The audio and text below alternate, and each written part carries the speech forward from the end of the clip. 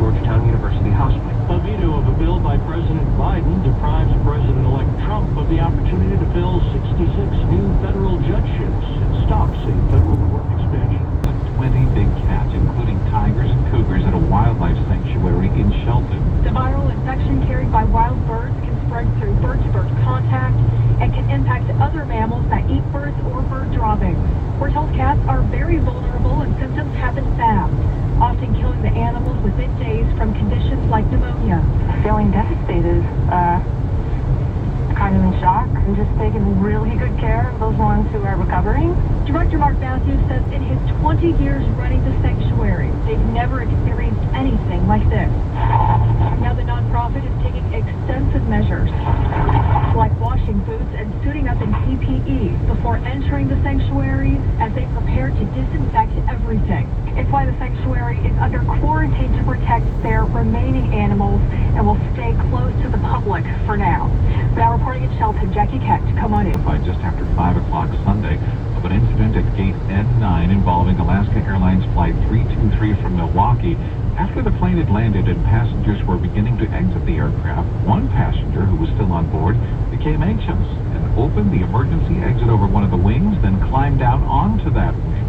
This man was not on the flight, but can't imagine why somebody would do that. No, that's crazy to me that somebody would even think to do that.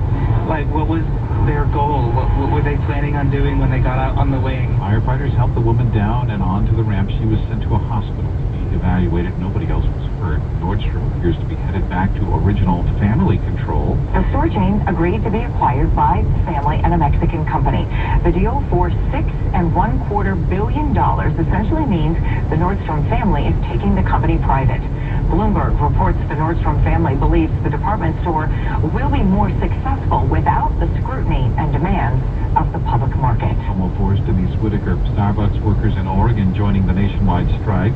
When our CEO, Brian Nichols, is sitting up in his castle making $57,000 an hour, more than 2.5 times more than the average yearly barista salary in an hour. It's disgusting. And then they're going to sit here and offer us 2%.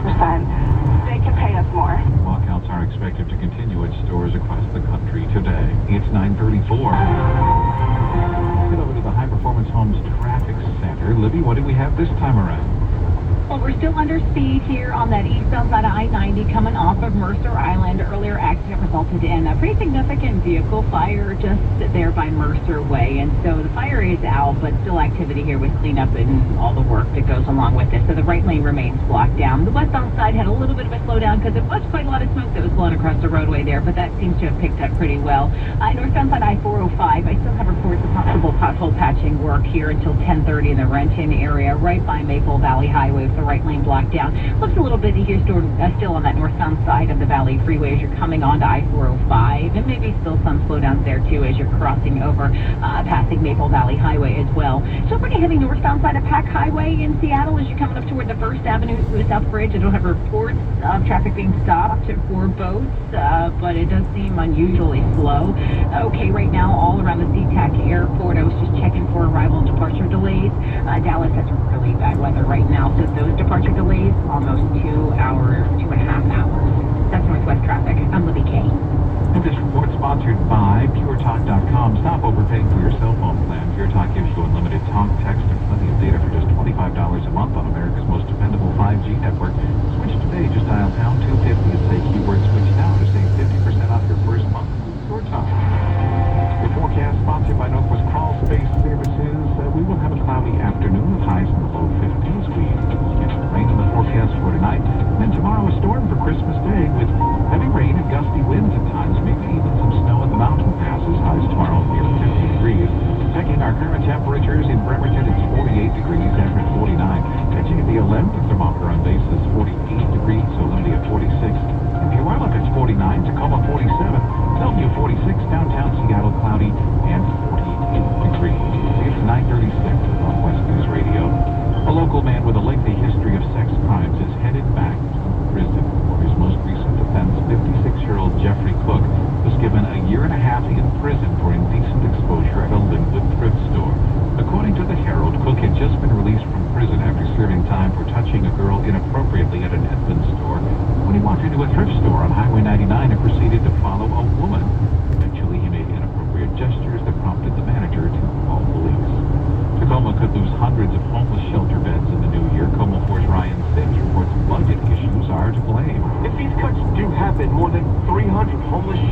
beds would be unavailable, meaning a lot more tents around Tacoma, possibly a lot more trouble. It's going to drive crime up, and it's not intentional, but people have to eat. They need to have some place to go. Money problems are the driving factor. That's because the city will need millions more dollars to keep those beds open beyond June of 2025. And as of now, that money does not exist.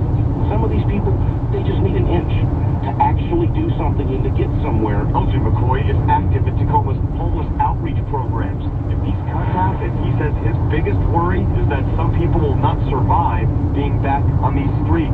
You've got kids 6 years old sleeping in cars, sleeping in tents, which is ridiculous, especially this time of the year.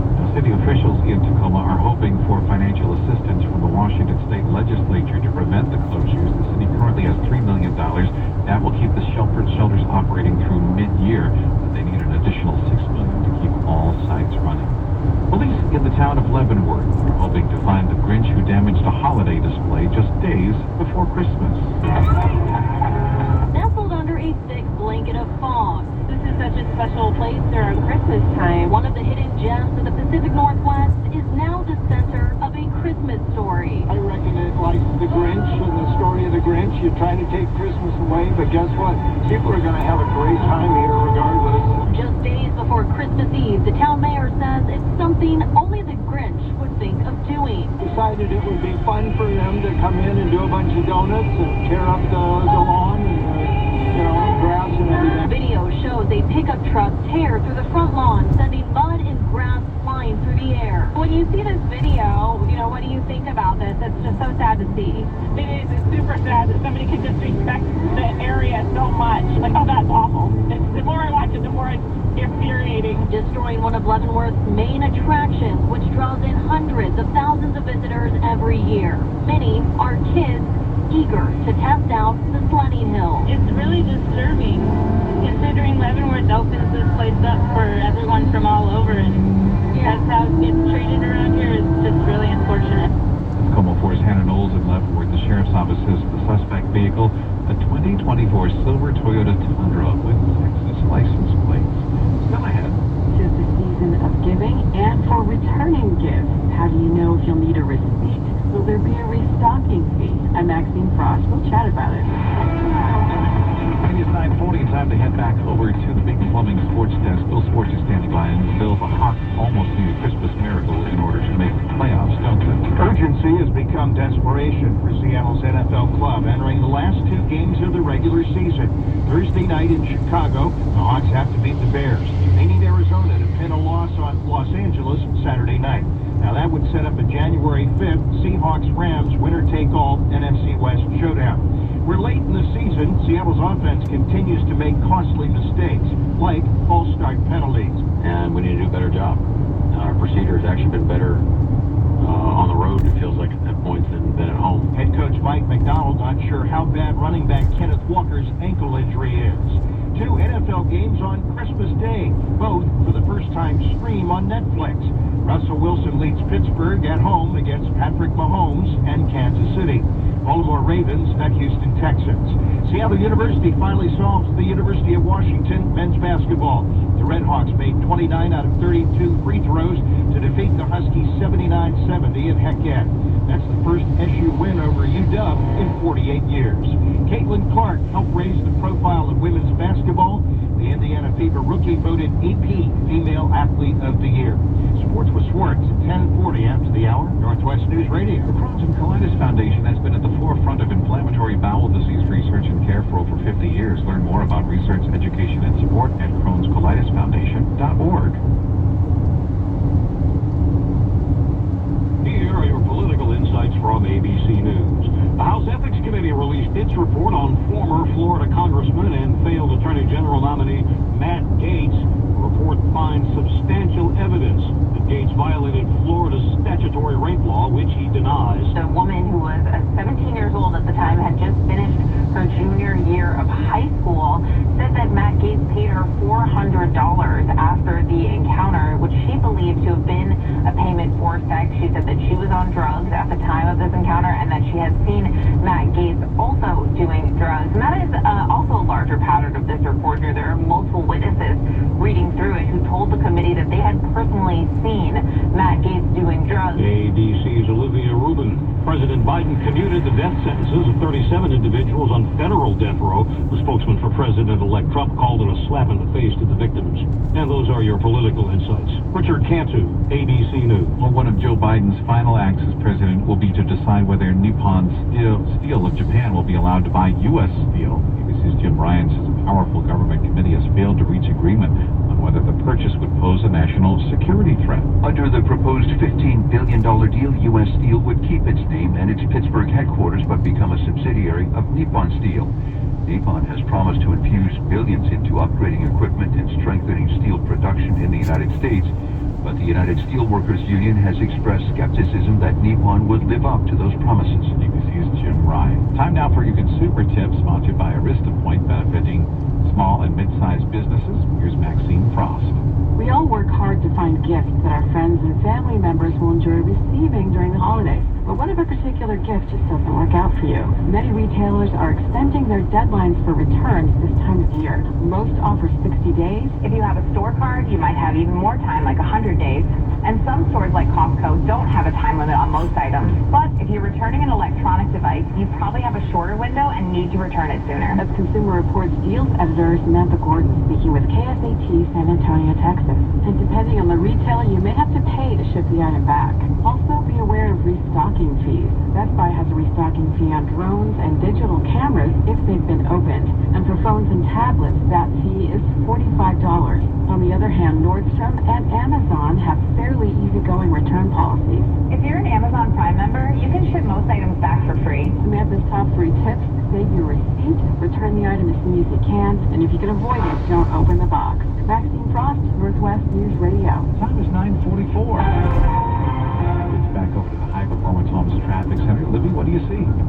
Okay, this Mercer Island accident that resulted in a pretty significant vehicle fire. The fire was not quite out. There were still some hot spots there. So what's happening right now is crews are temporarily stopping all of the lanes to officially get that fire completely out, even though all the activity is really associated off on the right shoulder, but you're just not getting through. We had a lot of smoke, and that westbound side seems to be moving along very well, so no issue there, but that eastbound side is pretty heavy. So a lot of patience if you're coming off of Mercer Island. You want to pay for it, State Route 520 is completely delay-free, so no problems for you there. Seems to be catching back up here on State Route 99 as you make your way over the First Avenue South Bridge. I saw some heavy delay there earlier, but you're improved. Northbound on I-405, planned pothole patching work till 10:30 a.m. Crews had the right lane blocked down right there at Maple Valley Highway. It is a little heavy on that northbound side, even before the Valley Freeway. The northbound side of the Valley Freeway still looks a little slow, 180th Street, as you merge there onto northbound side I-405. That's Northwest Traffic. I'm Libby Kate. Sponsored by Mattress Firm. Score deep discounts and deeper sleep during Mattress Firm's semi-annual sale and clearance. Take up to 60% off select mattresses and more. Plus, get a free adjustable base on qualifying purchases. Shop today for free and fast delivery. Restrictions apply at Mattress Firm. Your forecast sponsored by Northwest Crawl Space Services. Cloudy skies today, highs low 50s. Rain moving in tonight and tomorrow. A stormy Christmas day in your forecast with heavy rain, gusty winds, and possibly even some snow in the mountain passes. Highs tomorrow near 50. Rain and wind on Thursday, and just plain old rain on Friday. The Northwest's only all-news station, News Radio 97.7.